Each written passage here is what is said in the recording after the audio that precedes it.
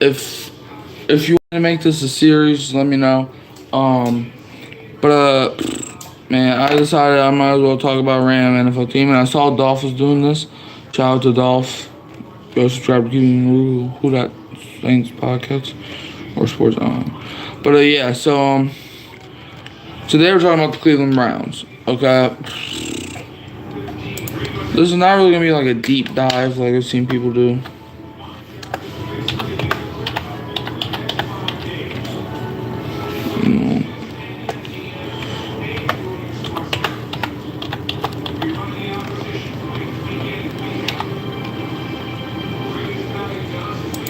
Alright, so Cleveland Browns.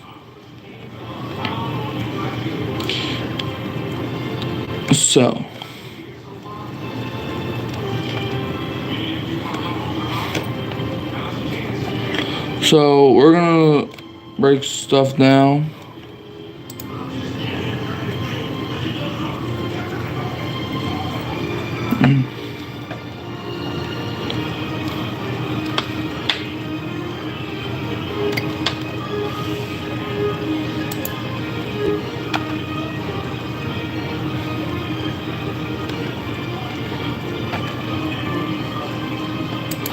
Alright.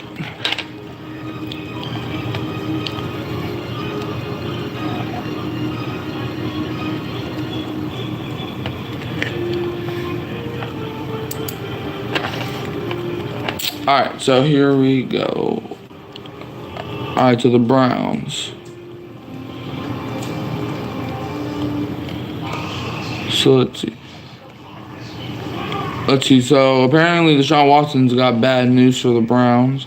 So when the Cleveland Browns acquired Deshaun Watson in a blockbuster trade with the Houston Texans in March 2022, people were expecting the Browns to have an MVP candidate under center for the foreseeable future. Yeah, and he chose the Browns over us. The fact that Cleveland handed Watson a 5-year, $230 million contract fully guaranteed in the wake of the trade indicated that was what the Browns thought too. Needless to say, that has not happened. Watson has played in a grand total of 12 games since arriving in Cleveland, and during that time, he has accumulated 14 passing touchdowns and 11 interceptions. Not exactly MVP caliber numbers, but there is a chance that old Watson could potentially return in 2024. Former NFL wide receiver James Jones doesn't think so.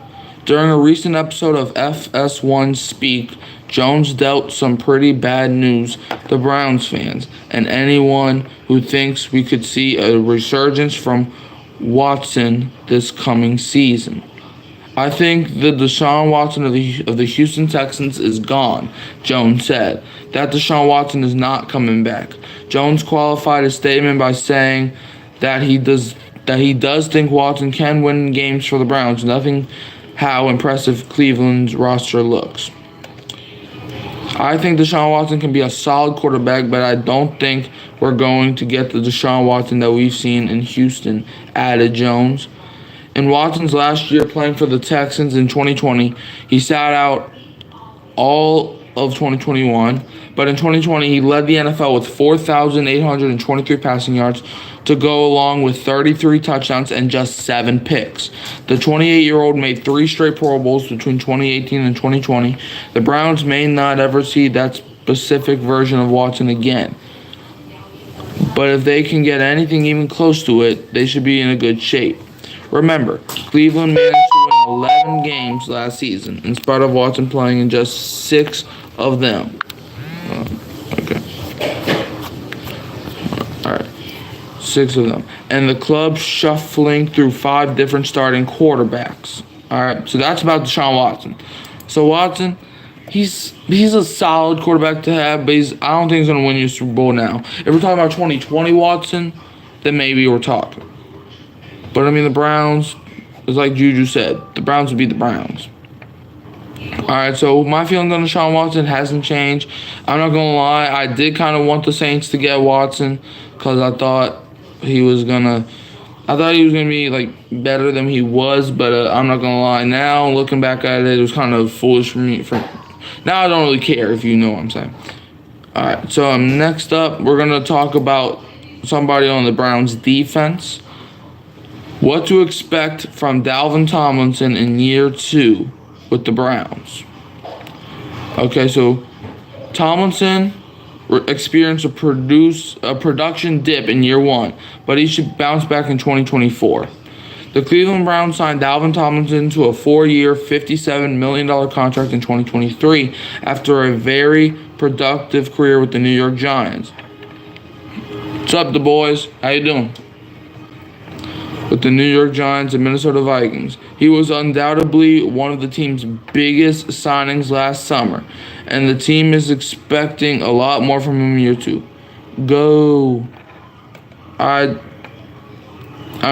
think you were probably saying good, but the boys, I'm happy for you, man. You know, I'm happy for anybody that comes in this chat. All right, let's see. All right, yeah, you were trying to say good. I bet. But yeah, right now we're talking about Cleveland Browns, and if you don't know, I'm a Saints fan, but I'm an NFL channel, if you know what I mean. All right, let's see. So he was initially expected to come in and immediately shore up the team's run defense struggles, but had a hard time doing so. Especially in the early portion of the 2023 season, Tomlinson definitely contributed to the overall improvement of the unit as a whole compared to 2022. But he graded out with a run stopping grade of 49.2 according to PFF, which was a career low for him. Luckily for Tomlinson and Cleveland's defense, a lot of what led to his lack of production as a run defender can be fixed this offseason from a schematic and usage standpoint. Early in his career, he was known as one of the best run-stuffing nose tackles in the league, but his overall production over the past few seasons has dipped in the department. On the flip side, his effectiveness as a pass rusher has increased throughout this time period, though it's never a bad thing to be a productive interior pass rusher. It's come at the expense of his ability to be an asset against the run. One thing Jim Schwartz can and probably will do to help remedy the situation. All right, Austin USAD says honest opinions on the Lions. The Lions, I'm not gonna lie, I feel like people might flame me for this. I think they're kind of overrated. Like, yeah, they made it to the NFC Championship game. But, I mean, like, yeah, they may have got better. But I think everybody in the NFL has gotten better. Okay? And honestly, Amon-Ra St. Brown just pissed me off yesterday. But my honest opinions, I think they might win 6 to 8 games. That's my honest opinions on the Lions, okay? And, hey, you said honest. Alright, so. But, yeah. Alright, where was I? Okay, so let's see. Look, they are only overrated because they got good last season. That's the point, though. Like, yeah, they got good last season, but so did a lot of teams. A lot of teams got good last season. I don't even have them. That's just me. But yeah. One thing Jim Schwartz can and probably will do to help remedy the situation is too simple. Let Tomlinson get back to doing what he does best, which is clogging up the middle and being a block magnet for opposing offenses. Schwartz seemingly got a little cute with Tomlinson in 2023 by moving him around and trying to have him do the same thing that Maurice Hurst and Shelby Harris can do.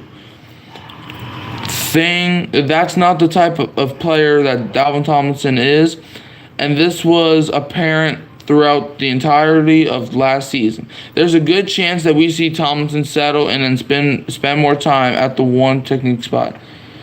Let's see. So CNCV says, glad to see you. Been watching you since you made that porno. Alright, that's not the type of player that Dalvin Tomlinson is, and this was apparent throughout the entirety of last season. There's a good chance that we see Tomlinson settle in and spend more time at the one technique spot in 2024 with guys like Shelby Harris, Maurice Hurst, and Michael Hall Jr. Handling a majority of the snaps at 3 technique. If so, Tomlinson should be much more effective in the run game, especially if Jim Schwartz utilizes more underlooks up front. Alright, guys, so that's about Dalvin Tomlinson. Yeah. I think Dalvin Tomlinson definitely has potential in the Browns defense with Jim Schwartz. I think I think he could get back to being one of the better run defenders in the NFL. And I think the Browns, they're going to be a solid team if Dalvin Tomlinson can step up. Next up, Browns guards earn praise from ESPN. Joel Bitonio makes the top 5, while Teller also gets a shout out in ESPN's ranking of the best guards in the NFL. The Cleveland Browns were not much for winning from 1999 until 2020, but one area where they were consistently good at much of that time was along the offensive line, anchored by Hall of Fame left tackle Joe Thomas for more than 10 plus seasons. The line also boasted Alex Mack, Mitchell Schwartz, Eric Steinbach, John Greco, J.C. Tretter, and Kevin Zeitler, to name a few. The list also includes left guard Joel Bitonio, who may find himself alongside Thomas once again one day as a member of the Pro Football Hall of Fame. Since being selected in the second round of the 2014 NFL Draft, Bitonio, he has been selected to a second-team All-Pro He has been a second-team All-Pro selection 3 times, earned 6 consecutive Pro Bowl seasons, the first Cleveland guard to achieve that since Hall of Famer Gene Hickerson in the late 1960s, and been the anchor of the offensive line, missing just 2 games in the past 7 seasons. All right, Skylar, the creator, says hi. How you doing, Skylar, the creator? I hope you find what you need out of this channel, and I hope you're good, man.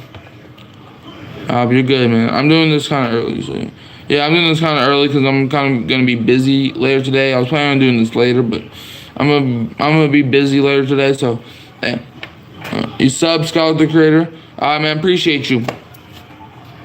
Alright, that was cringe. Let me stop.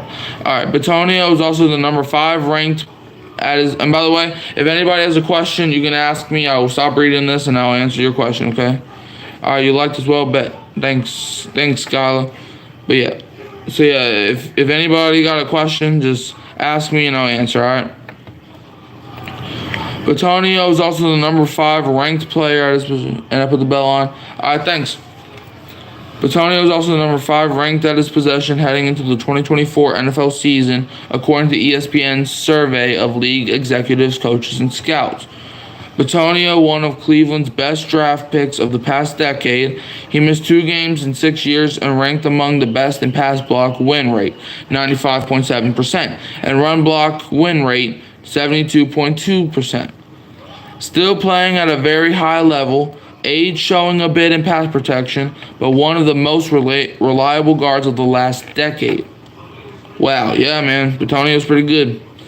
And an AFC executive said he could be a sneaky Hall of Famer when it's all said and done. Added a high-ranking NFL official, he just doesn't get beat very often. His length is a problem. Yeah, man. Bitonio is joined on the list by right guard Wyatt Teller, who earned an honorable mention. Teller finished his 6th NFL season with a 92.7% pass block win rate and a 69.5% run block win rate. Teller was number 1 on voters' ballot. He's good, powerful, but he's one of those PFF superheroes that's over-evaluated a bit. An NFC executive said, really talented but streaky, an NFL offensive coach said. While it has not always equated to victories, the one constant from the Browns over the past 20-plus seasons has been outstanding play from the offensive line, a tradition that Bitonio and Teller have continued to be a part of during their 5 seasons together in Cleveland. Yes, sir, man. The Browns' offensive line has always really been stout. They just haven't really got that many wins. But, oh, my God, yeah, man. So, yeah, that's the Browns for you. Now, why Cleveland Browns have a reason for optimism with Isaiah McGuire. When the Cleveland Browns drafted Isaiah McGuire, there were questions about how fast he could acclimate as part of a rotation. A few weeks later, when the team acquired Zadarius Smith, do you play Fortnite? I do not play Fortnite. Okay, I play Madden and I play 2K.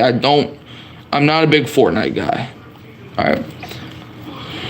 When the team acquired Zadarius Smith in a trade, the edge group improved dramatically, and McGuire became a developmental player who would mostly be inactive during the season. McGuire is looking to become a viable part of the defensive line in his second season, and it's worth remembering the talent he brings to the table. Okay, yeah, I'm not a big Fortnite guy. Of the 2 fourth-round selections the Browns made in the 2023 draft, DeJuan Jones got the lion's share of attention. A mammoth tackle that most Browns fans watched dominant the previous 2 seasons at Ohio State. Most pegged him as a late first or early second round talent. Yoon. Okay, I don't know what Yoon means. Sorry, wrong thing. Okay. McGuire was the cleaner prospect and looked like a great value in his own right as a part of the class where several elements fell the Browns' way. At that point, the Browns did need another edge player. The team had Myles Garrett and had Alex Wright, a third-round pick coming off of a rookie year filled with difficult lessons. They signed Ogbonnia Okonkwo in free agency, but there was room for more. So when McGuire was selected, it felt like a good value that filled a need. The Browns needed to keep getting younger as they tried to find a more permanent solution across from Garrett. Once Smith was added, the Browns had a pretty ideal scenario. I have a YouTube channel too. Alright, Skylar, the creator, is that okay? I might look you up later.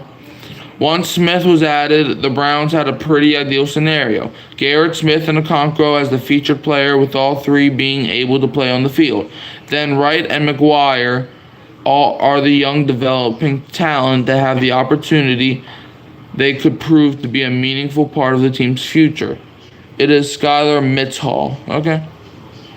I'll look you up when I'm done the stream. McGuire played a combined 93 snaps his rookie season on defense. 49 of those came in the Week 18 finale against the Cincinnati Bengals. When the Browns were locked into their playoff seed, McGuire looked every bit of a rookie, not unlike Wright the previous season. The difference is Wright had to play as a rookie out of necessity due to injuries and an overall lack of capable depth. Wright also took plenty of the public lumps in the process. McGuire's were more private, relegated largely to the practice field. Would you want money? Not. Well, obviously everybody wants money, but I'm sorry. If you're trying to like, because there's something called super chats, but I only have like over 100 subscribers, and I think you need plenty more subscribers to get super chats. Yeah, I'm sorry, and I don't have Cash App or Pen Pal, so I'm sorry, you can't send me money if you wanted to, so. Yeah, against the Bengals, McGuire was able to generate 5 pressures and 2 half sacks, though one should have been a full sack. That was against the Bengals starters. It was a positive note for McGuire to finish the year off with, as he did not play in the wild card against the Houston Texans. The 2024 draft featured a weak edge class. There may be some quality players that come out of this class, but on the whole, it just didn't offer much talent. And considering the talent of McGuire, he would have likely gone much earlier had he stayed in school another season. Compare McGuire to Marshawn Kneeland. Kneeland was selected 56th overall, 2 spots after the Browns drafted Michael Hall Jr. out of Ohio State. Kneeland's agility is outstanding. He cleared some thresholds that allowed for the possibility for the highest outcomes, giving him an edge in terms of his athletic profile over McGuire.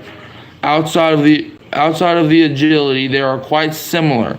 Watching McGuire at Missouri, this isn't surprising. His game was based in power and explosion rather than trying to beat opponents around the corner. I will go play Roblox. Have a blessed day. Alright, you have a blessed day too, Skylar the Creator. There are two other key differences, both of which favor McGuire. First, McGuire played at Missouri in the SEC and was highly productive. Neyland played in the MAC at Western Michigan, and while he was effective, his production wasn't on the same level as McGuire playing against weaker competition. In his last 2 seasons, McGuire racked up 13.5 sacks, 21% of the team total, and 27 tackles for loss, 15.2%. The other difference is age. McGuire is 3 weeks older than Neyland, but he already has a year of experience in the NFL. In addition to anything he's done to further improve his physique. None of this guarantees that McGuire will be a good player or that he will be better than Neyland. It is, however, evidence that the Browns drafted a talented player who could prove to be great value. The predicament for McGuire heading into year 2 is he could make significant strides in his development and still be inactive on game day. The Browns re-signed Darius Smith, so they have the same group of edge rushers they did last season. It would upgrade their depth in case of injury and the times he is active, potentially reduce the burden put on the frontline players that Garrett and Smith. McGuire's power game does lend itself first to combating the running game, and that could be where he finds a way to make an impact. Still, if he can collapse the pocket and shrink the space the quarterback has to work with, he could provide value as a pass rusher, and just like Smith and Alex Wright, he could have valuable both on the edge and outside as an edge rusher. All right, Tech -309 says, is he special?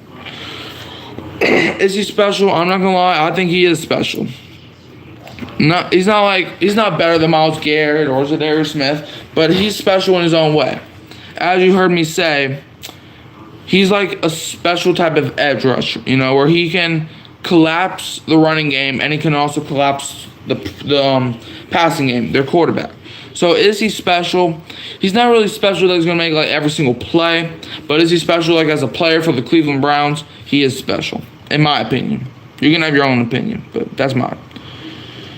Garrett Smith and Okonkwo will draw most of the attention, both in practices and in media appearances. Alex Wright's 5 sacks down the stretch of last season will garner curiosity as to whether he's ready to take another step forward. Not unlike playing time, McGuire will have to earn recognition. If he's forcing onlookers to notice him because he's playing well, that could be an indication he's making significant strides this year. Otherwise, McGuire could be trolling in relative absurdity until the preseason. Alright, y'all. So, yeah, that's basically what I had for y'all today, man. I'm sorry. I don't know if you can hear, but I'm kind of losing my voice right now. So, yeah, so like, subscribe, share, turn the bell so I don't miss another stream, upload, shorter post. And, yeah, I'll see y'all later. Who dat, and don't be a Falcons fan.